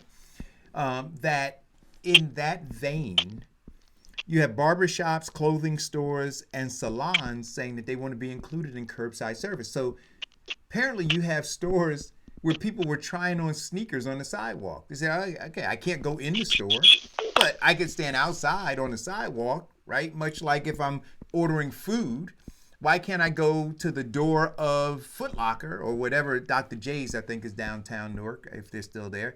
Why can't I stand there and have the guy go get me size, well, I wear size 10 and a halves. So why can't he go get me a size 10 and a half so I could try it on? Right, and I could try it on right there. Just lay down a red carpet in front of the store, and I could try on my shoes. If they put up cones, orange cones, so that people had to stand 6 feet apart from each other, and then you had the people inside the store come out and service them and go in and get the. Wouldn't that work? No. Why? Here's the premise behind sidewalk and curbside service. Most of them are done online. Most of them are ready for their order.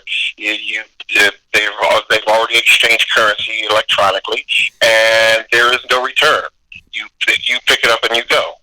Curbside is just that you just basically walk by, picking it out without a great deal of touching or contact, and you go.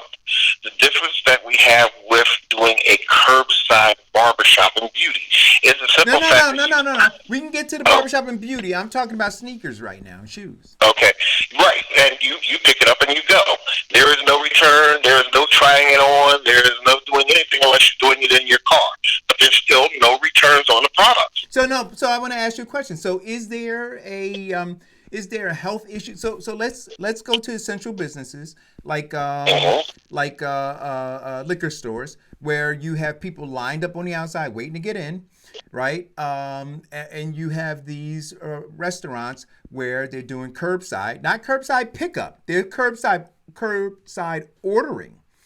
So you walk up to the window and you order your food at the window. So it's not calling in and you just go up to the window and you get your stuff and leave.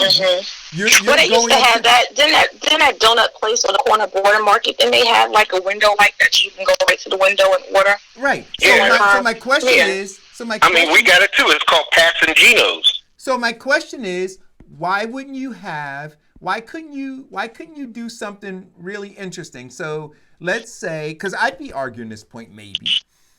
If I had on the left side, as you're entering into my store, if I had a line, right, with 6 feet between, cones, and then on the right side, a line, 6 feet. So on the left side is where people ask for the shoes that they want. And then you move over to the other side, and that's where you're doing your trying on, right? So people would maybe... That's what they do now. Right. So why won't the government allow people to figure out innovative ways to stay within the confines of what science says is safe distancing and all those protocols? They can, but see, this is where the issue comes in. They don't put all of those ideas and creativity in the room and do it together like a think tank and work it out for that particular industry. What they did was CDC is put together some guidelines, and they said, here's some guidelines, and now everybody takes the guidelines and then they do pick and choose what they want. That's the problem, picking and choosing. So you may go into this retail store, sneaker store, and it may be just the way you described it, Eric. And then right next door is the next sneaker store, and they're doing it totally different. They got a line going the opposite way, and they're just letting 3 people in at a time. So it's not consistent. consistent. That's the problem. People are not being consistent with the ideas. They're just picking and choosing as they want it. Well, but isn't this government? So here's where I'm saying again. So now, and because there is no consistency, Diane, we run the risk of greater infection numbers, right? And so it is now the incumbent upon local government, right? Because Ras Barak in this instance said he's going to shut it all down, right? My thing is, no, you should be coming up with, you should be working to, based on what the federal guidelines are, right? What the best practices are coming out of science. You should be able to sit with some smart people, I would hope, and say, okay, based on all of this information, we're not going to shut it all down. We're going to say this is how you need to operate. Now, once we lay this out, if you don't, then we shut you down. We don't shut everybody down. The problem again with that is everybody's not at the table together. So while the federal government is saying one thing, CDC is saying something different, and then passing it on to the state, and your governor is saying something different. Individual cities are still doing what they want. No, I'm and saying how no, they but see and they fit. should That's be a big problem. But they can. So, but I'm saying that if I am the mayor of Bloomfield, right? I now have information from the federal government, right? I have information from the World Health Organization. I have information from whoever the agency is. Get to it. Yeah, they got all this information. Then I've got the information from the state, right? I got all that information. And now as the mayor, I have to make a decision about what I'm going to do in Bloomfield. And again, the problem with that is that every town does something individually. No, forget about what the other towns do. That is what's true. No, so you have Newark that decided that they shut down on Mondays, but you got all these towns that border around them that are doing something different. But that's fine. I can't. She's absolutely right. That's not fine. No, that is not. Listen, that is the problem. Listen, because people see the exposure at different levels. If you have more people out, then your exposure is greater. So the Newark mayor says, well, we're going to shut down Monday so we can try and eliminate some of the exposure. Got it. But then you got towns that are around them that's still open and flourishing. I understand that. And that, but that's a different issue. I'm not saying that's not an issue. That's a different issue. But I'm saying the issue I'm talking about now is the inconsistency within the town. So you have within Bloomfield, for instance, like you said, you have one store, the store right next to it doing something different than the store over here. And around the corner, that store is doing something different. The store on Bloomfield Avenue is doing one thing, and then you go over here and they're doing, I'm saying that. This is what I'm saying. It's a trickle-down effect, Eric. Talking about what an individual store is doing, what individual cities are doing, means nothing. If it does not start from the top with the governor, the entire state will run amok. Well, everybody will do something different. Listen, if the state does not sit down with the county, and the county doesn't sit down with the city, then you will have everybody doing something different. Right. But correct. And that's the whole issue that's got us into this. If leadership is inaccurate and inconsistent, then everything is going to go amok. Everybody's going to do what they want to do. I think you're missing my point. And I don't know. Maybe it's not a good point. But look. But my point is What's the point that you're trying to say? Don't give an example. No. What is the point that you're trying to get to? The point that I'm trying to...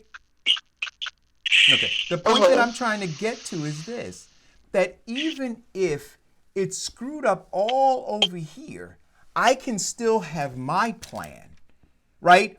I can have my plan. So is your plan as an individual business owner? No, my plan as the mayor of my town, right? And I could say in my town, based on all of the science, based on all of the information, based on the all guidelines, of that. Yes. I'm going to do this. And what I'm saying is, now you can talk about how it's impacted based on some other towns, but in Newark, for instance, why are you going to shut all of those stores down? I totally don't understand where you were trying to get at this, but again, I just have to reiterate. If it does not start at the state, If the state is not talking to the county directs and they're not talking to the city leaders, you will have everybody in the state doing something different, which will lead retail and business owners to do what they want because they will pick and choose what they have heard But not from in each my individual town. person. But that's not true. Yes, they will. Like- Yes, it is. It's absolutely true. If you look in the city of Newark, they just get, you know how many summonses they gave out for businesses that were correct. open, And they that should- shouldn't have and they been should open continue- because they did what they wanted to do. No, but they should continue to give out the summonses and shut them down. Well, that goes with the gym owner theory. He continued to do what he wanted to do, and the governor made an example of him and shut him down. Right. That's right. And that's so yes. So people are going to break the law, but you have to have the law in place. And I'm saying simply to say, well, you know what? I'm going to punish that business owner over there who's following the guidelines because this business owner over here isn't following the guidelines. I got a problem with that. And Eric, let me show you. Let me give it another swing to the other side of that pendulum in which you're talking about. We have governors who have opened up certain states, yet the mayors in the small towns in those states said, no, we are not opening up because I'm not listening to you. I'm listening to the experts, and right now we are not ready to be open. So it's all a matter People are not on the same page. But this is a perfect example as to government failure because they are not working together. And when you're talking about people working on both sides of the aisle, this is a perfect example. You got people in the same aisle that are not working together. Yeah. Because everybody's doing something different because the leader at the top is just vicariously giving out information and saying, here, do as you want. Follow if you want. This is what you could do or could not do. And I'm going to show you what I'm doing because I'm going to do just this. But I'm going to tell you, you can do some of these things or you cannot do some of these things. That was what was really in the video that Farrakhan said. And it's really funny, comical, but it's very true. You could do this, but you'll have this repercussion. You could do that, but don't forget you got to do this. Like, really? Because people are not on the same page. And they're not consistently on the same page. Instead of just consistently saying, wear your mask. Because it helps you from contracting and helps you from transmitting. That's it. They can't even stick to that one thing. True, because you got leadership right now where governors are doing the right thing, and he's punishing the governors for doing the right thing. So who are you going to believe? We've got faulty leadership. It's not even who you believe; it's who you going to follow. You got people in New Jersey that'll listen to Cuomo before they'll listen to Murphy. That's the problem. It is. So listen, what do you think about? I posted this on my page too. Oh God, what now? And going back to the Shark Tank thing, when you talked about the various different things, social media, they have Kickstarter, Indigo, stuff like that. Is that what you were referring to? No, I'm not talking about those things. I'll give you who I tried to pitch this idea to. I tried to pitch it to the Urban League of Essex County, and I said to the Urban League, I said to the president of the Urban League, I said, look, you have a well-known brand, right? You're a 100-year-old institution in Newark, and your think tank, which is your board of directors, I guess, right? You people are trying to figure out programs that could be helpful. But you have people in Newark and in Essex County, not just Newark, but throughout Essex County, who have fantastic ideas about programs. But if they try to go start a 501c3 and then they try to go and raise money, they'd have a problem, right? They may have hurdles. But if they came and brought the idea to you, and you vetted the idea, thought that it was a great idea, and now you could put your resources behind getting the grants and everything else for it, right? Leveraging the Urban League, right? Eric? Yes? Get to the point. If you could leverage your brand behind it, and then you offer it to that person who brought the idea to you, instead of payment, what you give them is an opportunity to be the director or an associate director of that program. I think that it would be incentive, and you would get a bunch of different great ideas coming to the table that might benefit the urban league and then the community at large. Now that's not Kickstarter and those kinds of things. That's something different. Is what I'm talking about, and that doesn't exist. And I thought that it. Well, I thought that it was. what, I thought that maybe it was, that your pitch is to the wrong people. Maybe the pitch should have been to the Chamber of Commerce or somebody like that who actually has people in their circle that provide funding, like banks and credit unions and stuff like that. Yeah. Well, but I just think that it'd be. I thought it'd be a good idea. What do you think about the United States donating ventilators to Russia and other countries? Are they working ventilators? Yeah. Yep. You said, are they working ventilators? Well, if our numbers have gone down and they're in need, I accept it. It gives the perception again that he is being dangled by the Russian government over there, as opposed to us hearing him say, "Oh, we're going to send the ventilators over to Africa. We're going to send them to Australia. We're going to send They're them to sending London." them not just to Russia. I said to Russia and other countries. They're sending them other places. No, he didn't. He didn't send them to other countries. He sent them to Russia. And let me look it up. Not only that, Because I didn't look it up. I heard it in my feed as I. not only that. In fact, that was a couple of weeks ago when we talked about the stockpile of the ventilators and other things. They said that no, this isn't for the states. This is the federal government's property. So those went to Russia. Also, you're looking at we're now coming into a point where the southern and Midwest states are starting to grow in terms of hotspots. They're the people who need the ventilators. Yet he sat up here and he talked about it when Cuomo and Murphy got up there saying that, you know what, we need ventilators, we need ventilators, we need ventilators. He did nothing. That they had So to come together. I have to go back to my normal frame of thinking. And my frame of thinking is you need to take care of your stuff at home first before you start taking care of somebody else's household. And I think he hasn't accomplished what should have been accomplished here in the United States to whether cut the curve in the curve or get us down to less than 1,000 people across the country that are passing away from this. So I think that was something that he should not have done. But hey, he does what he wants to do anyway. And who's going to stop him? Who's going to check him, boo? Yeah, this is true.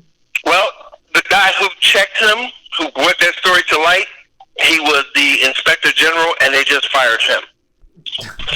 that is true too. So we got about 10 minutes?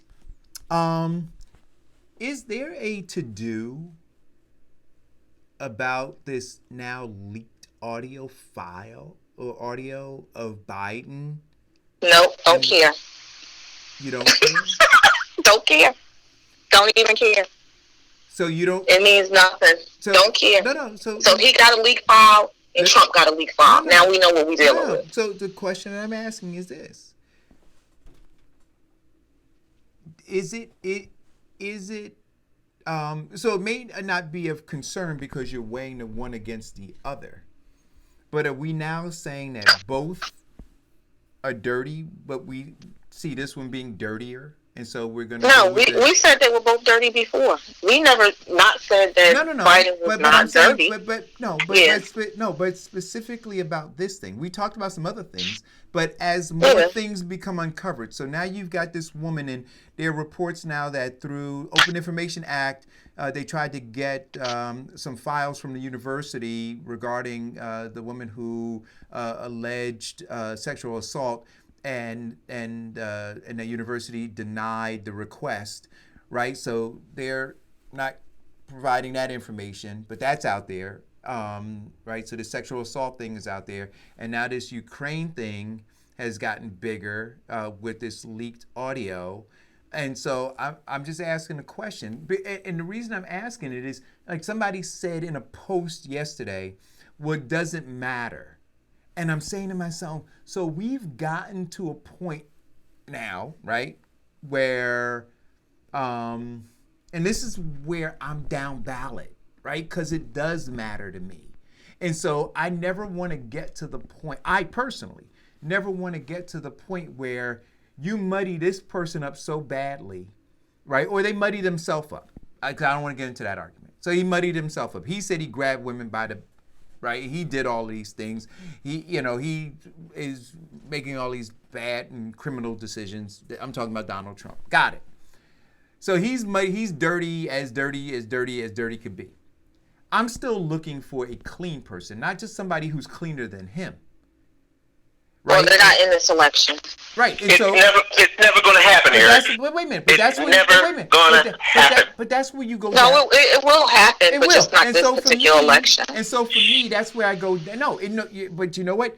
I believe what Vincent is saying. I think as long as we're always given the false choice, as long as the two parties realize, hey, look, at the end of the day, we just give them a false choice. We still give them dirty water. I think that it'll never happen. Well, look at what they did with Obama and his second term. They sat up there and muddied the water. They had that little Russian rumor mill printing all that stuff on the internet about Obama giving 2 pallets of money to back terrorists, and that wasn't true at all. Obama gave. No. I get that, but I'm not talking about that election. I'm talking about this election. Well, this election is the same thing. They are looking to muddy the water with Biden. The other group is looking wait a minute. Are you suggesting that Tara Reid is lying? One, and then are you suggesting that audio file that was leaked is a lie? No, what I'm suggesting is this. Because no, listen to me. If you're going to ask me the question, let me answer it. Right. I don't know if it's a lie or not. I'm sorry? Okay, in her statement. Because the only person who really knows, the 3 people that really know the truth of what happened was her, Biden, and God. But I do know that the reason that the university dismissed the incident is because on the date in question, he wasn't even in the state. No, they didn't dismiss. They refused to release the date, the files. Okay. And, so my question is this: if there's nothing there, just release the files. Well, there was nothing about Benghazi yet. Everybody went into an uproar about releasing the files. But I'm not talking about Benghazi. I'm talking. See, I don't want to talk about. I'm saying right now in this space, right now, there's question about these 2 issues, right? And I was alarmed. I got to tell you, and this is what has me alarmed right now. What has me alarmed is the guy who I believed was leading the revolution has now said, be still, be quiet your souls now. Don't talk about these things publicly. That concerns me. That guy who was leading the revolution is now saying, I want you to understand this. So this is how this is all happening now, right? So these things are coming out, and the next most prominent person on the Democratic side came out with a statement saying, don't publicly scrutinize him. That's frightening to me. I got to tell you that. And so now you have, look, if it's not true, put it out there.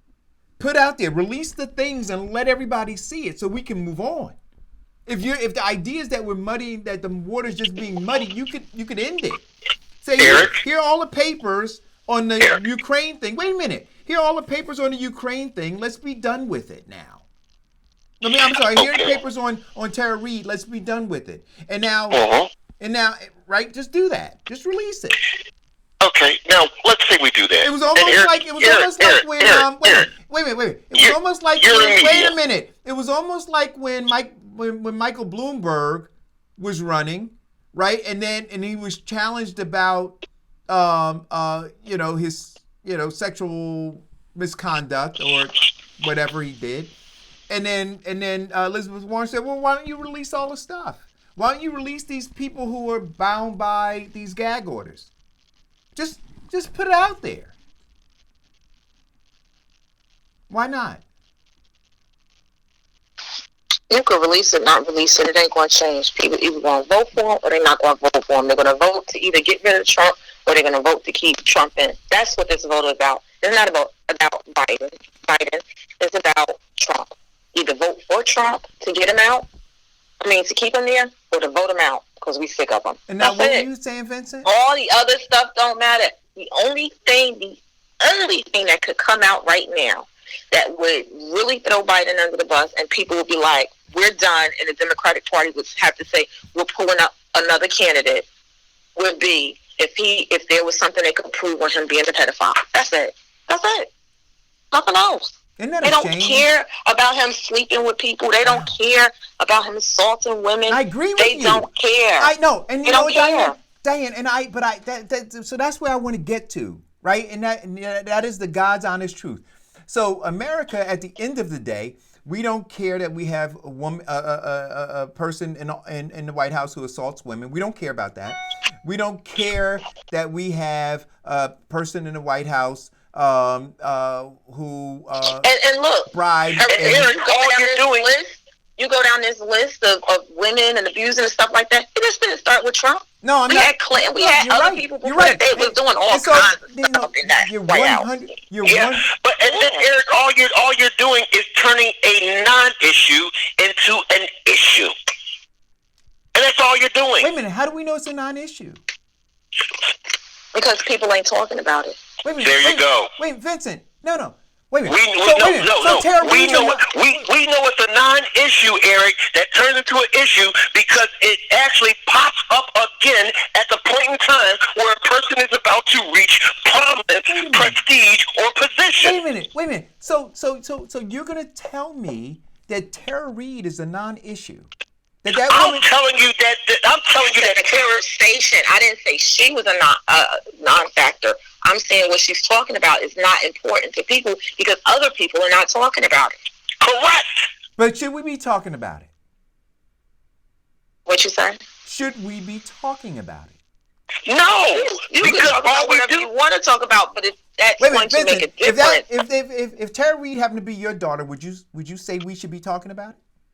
No, if Tara Reid has to be my daughter, I wouldn't be talking about it. I'd be whooping his behind. But right now, it's coming up and it's being convenient. Doesn't matter why. Doesn't matter Look, why. Gaetano in the feed says, you vote for your dirty candidate, I'll vote for mine. There you go. And that's what I it. say, And that's it. And so for a guy like Eddie Glaude, who I have a tremendous amount of respect for, he says I can't vote for either. He said I'm not voting for Trump either. wins. Then Trump wins because when you don't vote, he wins. Yeah. Absolutely. Well, He sure listen. will, because he's counting on people not to vote. Because that That's means how he he don't have won to the worry last about time. those votes. He only That's needs the ones he needs to vote. It's like the local elections here in New York or any particular time. We don't need you to not vote. We need you to not vote. Because that makes it easier for the ones we got that we know are going to vote for us. We didn't get That into makes the numbers better. We didn't get into this, but I sent you guys the article, which is a fantastic article. It's an older one. It's from January, but it talks about why private equity keeps wrecking retail chains. Look, in the age of the pandemic, you're having a lot of retail chains closing, and a lot of them are closing because they have so much debt on their books, right? And they have the debt because of how it's structured. And I went through this when I was working in corporate America, because I told you the 3 companies I worked for were part of a group of companies that were owned by private equity firm, and they buy these companies for like pennies on the dollar, and then in terms of what they put down, but then the company takes a balance of the rest of that, and they add it to their debt, and then these private equity firms, they just squeeze them like turnips, trying to extract blood from them, and when you have a situation like what's occurring right now, they can't survive it. Can't survive it. What do we talk about? What's that big monstrous thing they have out there in Meadowlands that they were building for 10 years? And I said to you, when they open, I gave them 3 months and they're going to be closed. I didn't even know this was going to happen to close them, but I knew they were going to close. Because a lot of that retail shopping, going into stores and stuff like that, has somewhat been eliminated when you have online retailers. And then you have, like you said, a lot of companies that buy out other companies. A lot of name brand stores have gone under. And when you look at Nordstrom's and Neiman Marcus and all these people, and Lord and Taylor's now, and Macy's talking about that they're going to be filing for bankruptcy and closing up, J.C. Penney's, Sears, you have to wonder, like, what is retail really going to look like? Is everything going to be through Amazon now? Yeah, I think so. You won't have to worry about store, what do you say, curbside trying on sneakers, because there won't be any.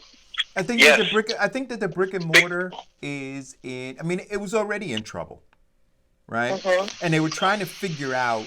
Like I remember when I was researching how brick and mortars were trying to be competitive, and they had gone more into an experiential kind of strategy, right? So in order to say compete with Amazon, if you were trying to buy a winter coat, you can go on Amazon and buy it, but what they were looking at, the brick and mortar retailers, were the number of returns that were going back to Amazon because the code didn't fit, right? Because you can't try it on. Or but how many people actually send stuff back to Amazon? I find it more inconvenient to mail stuff back. No, you know what? But not only more convenient, more expensive. No, listen, I literally just mailed something back. And all that was required when I went to the thing, and I'd never sent anything back from Amazon, but I took it day before yesterday to the UPS store. And all I had to do was go back on the Amazon, and it said return. I hit the thing, and it came up with a QR code. When I went into the UPS store, I held my phone up. The guy scanned it. He said, "You're done." Didn't have to print a label out. Didn't have to pay any money. Didn't have to do anything. They took it back. Now, what the brick and mortar is trying to do is they're trying to say, well, okay, where, SWOT, right? Strength, opportunity, weaknesses, and threats. So the weakness with doing stuff online is that, again, if you're buying clothes or shoes, they don't fit, right? So now what are you going to do with them?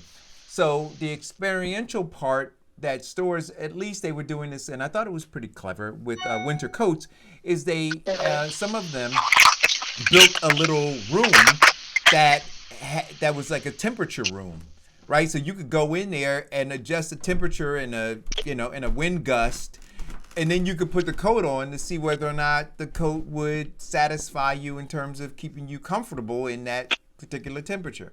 Now, Amazon couldn't do that. So if you were looking for that kind of experience, you'd go to that store and buy it. But outside of being able to do stuff like that, but why do I want to pay twice the amount of money just for that experience when I can look up the data on the code on Amazon, look at the science behind it and how they grade it, and then just buy it, put it on? Well, you can do that. But what these stores were looking at was the return rate, right, which was high on those kinds of items, right? And so then what Amazon has done is they countered it with what I just said to you, which is they offer you a more convenient return policy. That's absolutely right. So this back and forth is happening based on brick and mortars trying to hold on. And now in the age of COVID-19, it's going to be more difficult. Well, listen, guys, thank you all for tuning in. I think they need to move towards the flea market, back to the Union Flea Market type Diane. And limit the type of things that they sell, or like the Valley Fair type setting. Limit your items, and I think they will survive.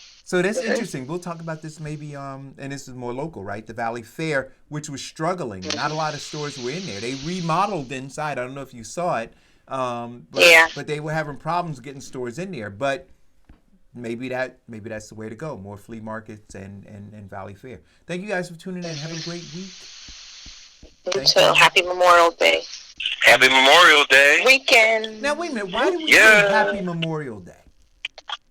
Yeah, because you're memorializing and you're thinking about those who have died for the country. Why is it Happy Memorial Day? Well, not happy then. Unhappy. Well, okay? Does it make you feel better? It's a break for some people. It's a break. So our teachers get a 3-day weekend. For those of us who served in the military, we honor those who were like us. No, I understand you honor them, but why is it happy? Well, because you don't want to be sad when you're memorializing somebody. Okay. Thank you guys for tuning You're happy in. for the service that they provided. You're happy So for the that you freedom could in which have, they allowed. so that Yeah. so you could have this site up and say all the crazy stuff that you say. So I'll say Thank you. enjoy Amen. Memorial Day. Okay. Be safe. Good. See you Monday. No.